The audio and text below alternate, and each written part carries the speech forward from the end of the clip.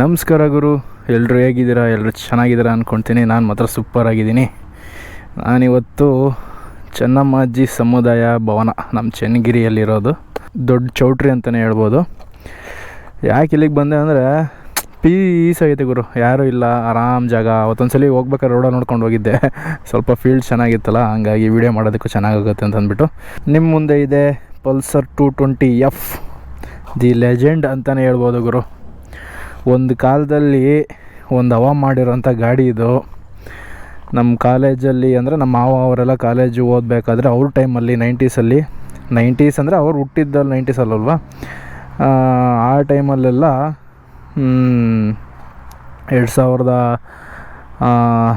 2017, 17, 18, 16 ಆ ಟೈಮಲ್ಲೆಲ್ಲ ಒಳ್ಳೆ ಹವಾ ಮಾಡಿರೋಂಥ ಗಾಡಿ. ಬಜಾಜಲ್ಲಿ ಫಸ್ಟ್ ಸ್ಪೋರ್ಟ್ಸ್ ಬೈಕ್ ಅಂತಂದರೆ ಪಲ್ಸರ್ 220F ಅಂತಲೇ ಹೇಳ್ಬೋದು. ಈ ಗಾಡಿ ನನ್ನ ಫ್ರೆಂಡ್ದು, ಅಂದರೆ ಅವನು ಒಂದೇ ಊರಲ್ಲಿರೋದು. ನಮ್ಮೂರಲ್ಲಿ ಇರೋದು ಇದೊಂದೇ ಬೈಕು, ಈ ಟೈಪಲ್ಲಿರೋದು 220F. ಪಲ್ಸರಲ್ಲಿ ತುಂಬ ಆಪ್ಷನ್ಸ್ಗಳಿದೆ, 150, 160, 200 ಮತ್ತು ಇನ್ನೂ ಬೇರೆ ಬೇರೆ ಆಪ್ಷನ್ಸ್ಗಳು ತುಂಬ ಇದ್ದಾವೆ. ಆ ಥರ ಎಲ್ಲ ಗಾಡಿಗಳು ಇದ್ದಾವೆ. ಬಟ್ ಪಲ್ಸರ್ 220F ಇದೊಂದೇ ಗಾಡಿ ನಮ್ಮೂರಲ್ಲಿರೋದು. ಇದು ಗಾಡಿ ಬಂದುಬಿಟ್ಟು 2023 ಇವ್ನು ತೊಗೊಂಡಿದ್ದು. ಅವ್ನು ಗಾಡಿ ತೊಗೊಳಕ್ಕಿಂತ ಮುಂಚೆ ನಮ್ಮನ್ನೆಲ್ಲ ಕೇಳ್ತಾನೆ, ಫ್ರೆಂಡ್ಸ್ ಅಂದಮೇಲೆಲ್ಲ ಕೇಳ್ತಾನಲ್ಲ, ಮಚ್ಚ ಹಿಂಗೆ ಮಗ ಹಿಂಗೆ ತೊಗೊತಾ ಇದೀನಿ ಅಣ್ಣ, ನಾನು ಅಣ್ಣ ಅಂತಲೇ ಕರೀತಾನೆ. ನನ್ನ ಏಜ್ ಅವನು, ಅಣ್ಣ ಅಂತ ಕರೆದ್ರು ಕೂಡ, ಅಣ್ಣ ಹಿಂಗೆ ತೊಗೊತಾ ಇದ್ದೀನಿ, ಏನು ಮಾಡೋಣ ಅಂತಂದು. ಸರಿ, ಒಳ್ಳೆ ಗಾಡಿ ಇದು. ಬೇರೆ ಸ್ಟಾಪ್ ಆಗಿತ್ತು ಒಂದು ಟೈಮಲ್ಲಿ, 2021, 22 ಗಾಡಿ ಸ್ಟಾಪ್ ಆಗಿತ್ತು. ಅದಾದಮೇಲೆ 23 220F ಅಂತ ಬಿಟ್ಟರು. ಅದರಲ್ಲಿ DTSI ಅಂತ ಇಂಜಿನ್ DTSI ಅಂತಂದರೆ ಡಿಜಿಟಲ್ ಟ್ವಿನ್ ಸ್ಪಾರ್ಕ್ ಇಗ್ನೇಷನ್ ಅಂತ ಏನೋ ಬರುತ್ತೆ ಅದು.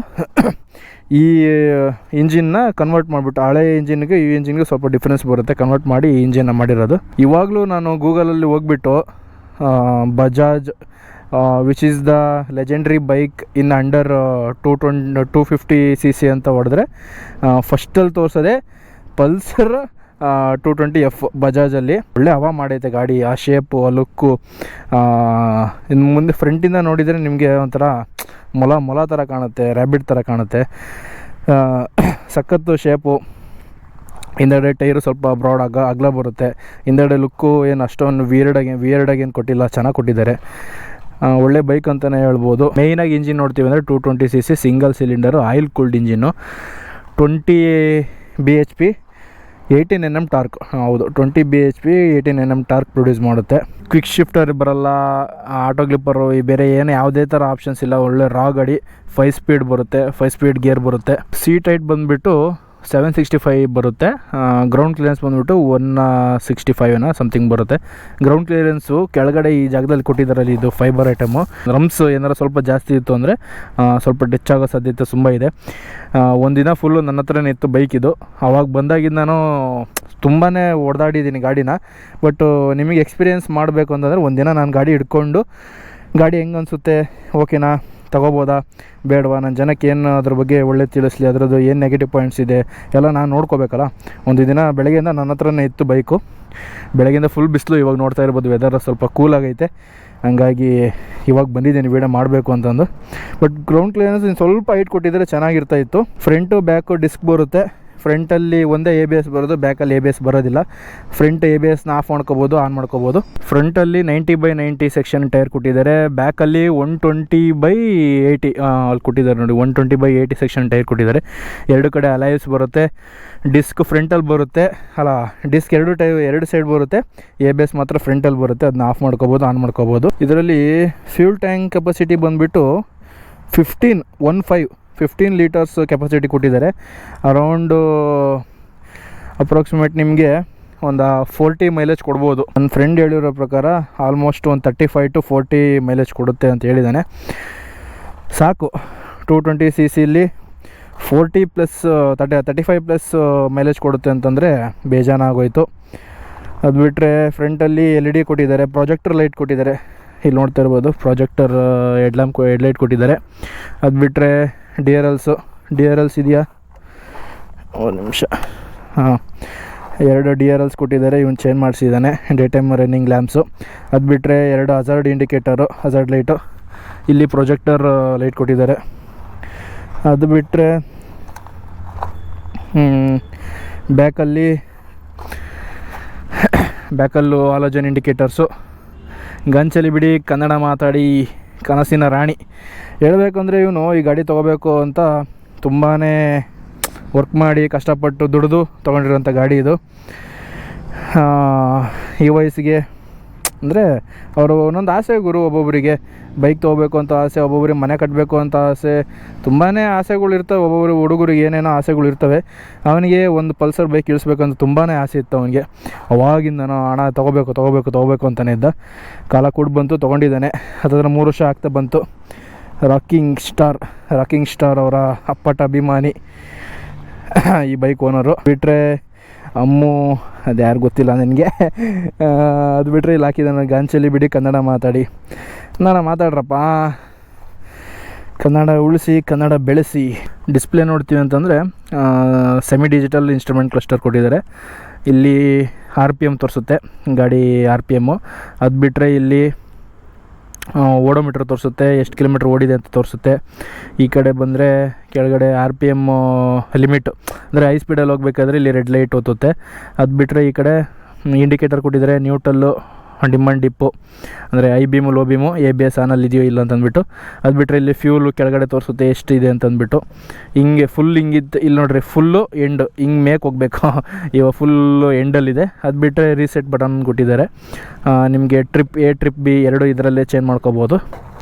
ನೋಡೋಕ್ಕೆ ಕುತ್ಕೊಳಕ್ಕೆ ಮಾತ್ರ ತುಂಬ ಕಾಂಪ್ಯಾಕ್ಟ್ ಅನಿಸುತ್ತೆ. ಫುಲ್ಲು ಚಿಕ್ಕ ಗಾಡಿ, ಫುಲ್ ಕಾಂಪ್ಯಾಕ್ಟ್ ಗಾಡಿ.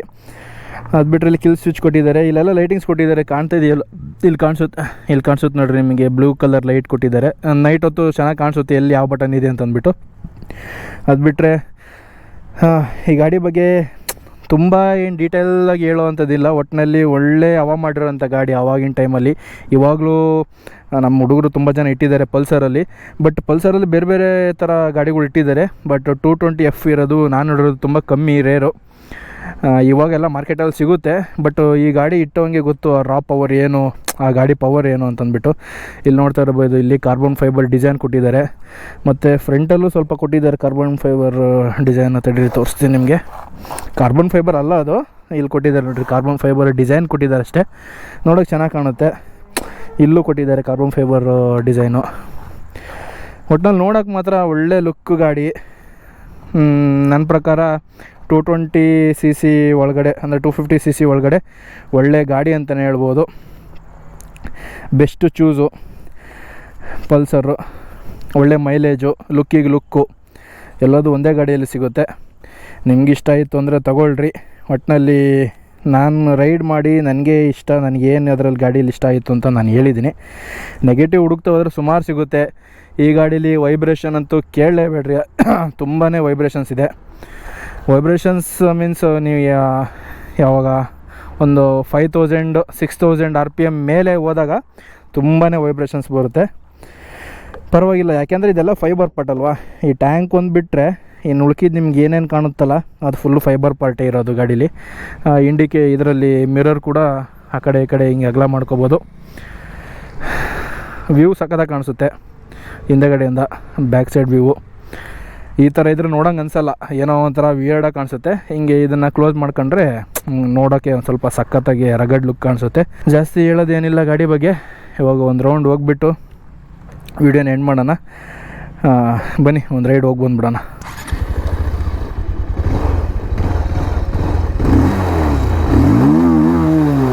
ಅಲ್ಲಿ ನೋಡಿ ರೆಡ್ ಲೈಟ್ ಕಾಣಿಸುತ್ತೆ ನೋಡಿ ನಿಮಗೆ. 10 ಮೇಲೆ, ಈ 10,000 RPM ಮೇಲೆ ಹೋದಾಗ ಲೈಟ್ ಓದುತ್ತೆ. ಬನ್ನಿ ಒಂದು ರೌಂಡ್ ಹೋಗಿ ಬಂದುಬಿಡೋಣ. ಒಳ್ಳೆ ಪ್ಲೇಸ್ ಗುರು.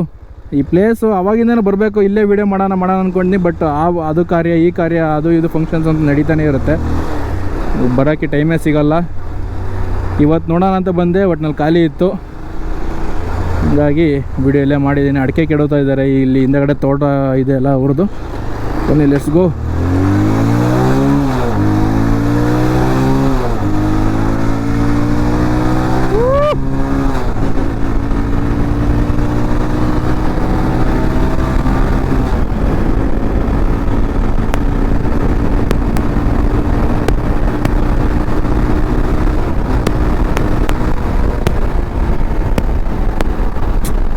ಸ್ಪೀಡ್ ಮಾತ್ರ ಇನಿಷಿಯಲ್ ಪಿಕಪ್ ಸಕ್ಕತ್ತಾಗೈತೆ ಗಾಡೀಲಿ, ಕೇಳಂಗಿಲ್ಲ.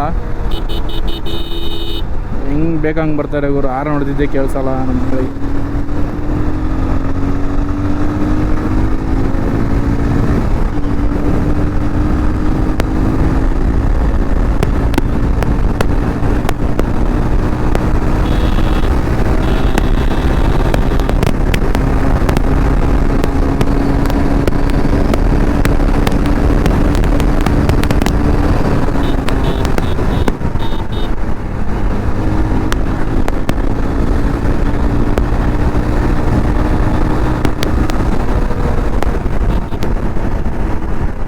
ಸ್ಪೀಡ್ ಲಿಮಿಟ್ ಬಂದುಬಿಟ್ಟು 135 ಮೇಲೆ ಹೋಗುತ್ತೆ. ಬಟ್ ಇಲ್ಲಿ ರೋಡ್ ಇಲ್ಲ ನಮಗೆ ಓಡಿಸೋದಕ್ಕೆ ಜೋರಾಗೆ.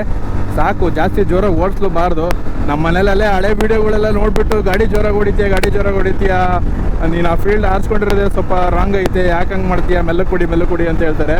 ಬಟ್ ನಾನು ಒಂದ್ಸಲಿ ಗಾಡಿ ಅಂದರೆ ಅದು ಗ್ರಾಚಾರ ಹೇಳೋಕ್ಕಾಗಲ್ಲ, ಯಾವಾಗ ಯಾವ ಟೈಮಲ್ಲಿ ಹೆಂಗಾಗುತ್ತೆ ಏನು ಅಂತಲೇ ಹೇಳೋಕ್ಕಾಗಲ್ಲ. ನಾನು ಗಾಡಿ ರಿವ್ಯೂ ಮಾಡಬೇಕಾದ್ರೆ ಮಾತ್ರ ಜೋರಾಗಿ ಹೊಡಿಯೋದು ಮಾಡ್ತೀನಿ. ತಡಿಯೋಣ, ನಾರ್ಮಲ್ ಎಲ್ಲರೂ ಮಾಡ್ಬೇಕಾದ್ರೆ ನಾನು ಅಪ್ರಾಕ್ಸಿಮೇಟ್ ಒಂದು 80 ಸ್ಪೀಡಲ್ಲೇ ಮೇಂಟೈನ್ ಮಾಡ್ತಾ ಇರ್ತೀನಿ. ಈ ಥರ ನಿಮಗೆ ಒಂದು ಸ್ವಲ್ಪ ಟಾಪ್ ಸ್ಪೀಡ್ ತೋರ್ಸೋದಕ್ಕೆ ಮಾತ್ರ ನಾನು ಹಿಂಗೆ ಜೋರಾಗಿ ಹೊಡಿತೀನಿ, ಬಿಟ್ಟರೆ ಜಾಸ್ತಿ ನಾನು ಸ್ಪೀಡಾಗಿ ಹೊಡೆಯೋದಿಲ್ಲ.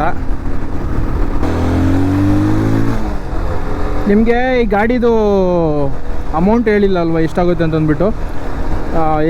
ಎಕ್ಸ್-ಶೋರೂಮ್ ಬಂದುಬಿಟ್ಟು ನಿಮಗೆ ಅರೌಂಡ್ 1,20,000 ಸಮಥಿಂಗ್ ಏನೋ ಆಗುತ್ತೆ. RTO ಇನ್ಸೂರೆನ್ಸು ಅದು ಇದು ಎಕ್ಸ್ಟ್ರಾ ಚಾರ್ಜಸ್ ಎಲ್ಲ ಸೇರಿ ನಿಮಗೆ 1,80,000, 1,75,000 1,80,000 ಆಗುತ್ತೆ ಆವಾಗ ಆ ಟೈಮಲ್ಲಿ. ಇವಾಗ ಎಷ್ಟು ಎಕ್ಸಾಕ್ಟ್ ವ್ಯಾಲ್ಯೂ ಇದೆ ಅಂತ ನನಗೆ ಕರೆಕ್ಟಾಗಿ ಗೊತ್ತಿಲ್ಲ. ನಿಮಗೆ ನಿಯರ್ ಬೈ ಪಲ್ಸರ್ ಅಂದರೆ ಬಜಾಜ್ ಶೋರೂಮ್ ನಿಯರ್ ಬೈ ಎಲ್ಲೆಲ್ಲಿ ಸಿಗುತ್ತೋ ಅಲ್ಲಿ ಕಾಂಟ್ಯಾಕ್ಟ್ ಮಾಡಿದರೆ ನಿಮಗೆ ಗೊತ್ತಾಗುತ್ತೆ. ಬಟ್ ನಾನು ಹೇಳೋದೇನು ಅಂತಂದರೆ, ಒಂದು 250cc ಒಳಗಡೆ ಬೆಸ್ಟು ಗಾಡಿ ಅಂತಂದರೆ ಲುಕ್ಕಲ್ಲಿ, ಕ್ರೇಜಲ್ಲಿ ಒಂದು ಲೆಜೆಂಡ್ ಗಾಡಿ ಅಂತಂದರೆ ಪಲ್ಸರ್ 220F ಅಂತಲೇ ಹೇಳ್ಬೋದು. ಪಲ್ಸರ್ 200 NS ಅವೆಲ್ಲ ತುಂಬಾ ಇದ್ದಾವೆ. ಬಟ್ ಅವೆಲ್ಲ ನೋಡಿ ಬೋರ್ ಆಗಿಬಿಟ್ಟಿದೆ ಗಾಡಿಗಳೆಲ್ಲ. ಈ ಗಾಡಿಗಳು ತುಂಬ ರೇರು ನಾನು ನೋಡಿರೋ ಪ್ರಕಾರ. ನಮ್ಮ ಅಕ್ಕಪಕ್ಕ ಊರಲ್ಲಿ ಯಾವುದು ಗಾಡಿಗಳಿಲ್ಲ ಈ ಥರ. ಈ 220F ಯಾವ ಗಾಡಿನೂ ಇಲ್ಲ. ನಮ್ಮ ಹುಡುಗನೇ ಒಬ್ಬ ಫಸ್ಟಲ್ಲಿ ಇಳಿಸಿರೋದು ಈ ಗಾಡಿನ. ಸರಿ ಬನ್ನಿ ರೌಂಡ್ ಹೋಗ್ಬಿಡೋಣ.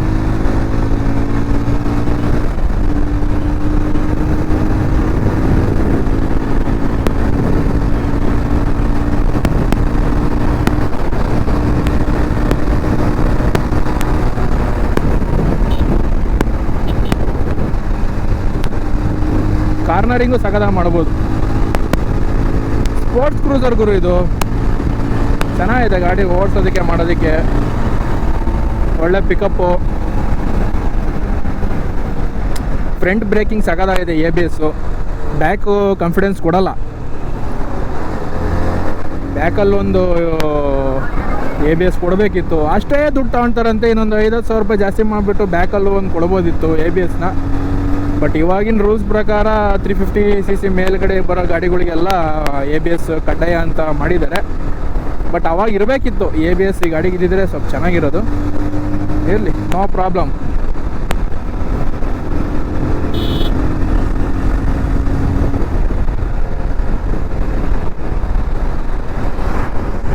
ಸಂಜೆ ಆದರೆ ಮಳೆ ಸ್ಟಾರ್ಟ್ ಆಗಿಬಿಡುತ್ತೆ ಗುರು.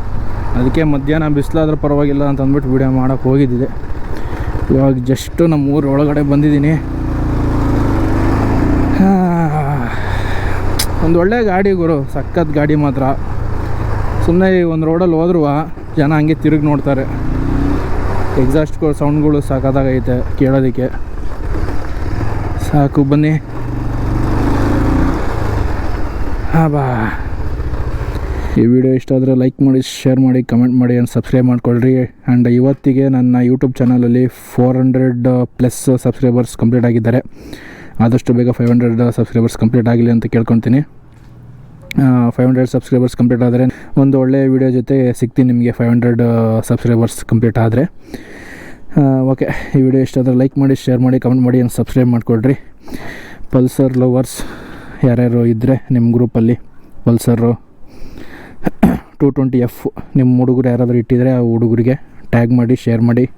ಆ್ಯಂಡ್ ವೀಡಿಯೋ ನೋಡಿ ನಿಮ್ಮ ಅನಿಸಿಕೆನ ಕಮೆಂಟಲ್ಲಿ ಕಮೆಂಟ್ ಮಾಡಿರಿ, ಕಮೆಂಟ್ ಬಾಕ್ಸಲ್ಲಿ ಕಮೆಂಟ್ ಮಾಡಿರಿ ಅಂತ ಹೇಳ್ತಾ ಈ ವಿಡಿಯೋನ ಇಲ್ಲಿಗೆ ಎಂಡ್ ಮಾಡ್ತಾಯಿದ್ದೀನಿ. ಈ ವಿಡಿಯೋ ಇಷ್ಟ ಆದರೆ ಲೈಕ್ ಮಾಡಿ, ಶೇರ್ ಮಾಡಿ, ಕಮೆಂಟ್ ಮಾಡಿ, ಸಬ್ಸ್ಕ್ರೈಬ್ ಮಾಡ್ಕೊಳ್ರಿ. And bye guys. ಆದಷ್ಟು ಬೇಗ ನೆಕ್ಸ್ಟ್ ವೀಡಿಯೋದಲ್ಲಿ ಸಿಗ್ತೀನಿ. ಬಾಯ್.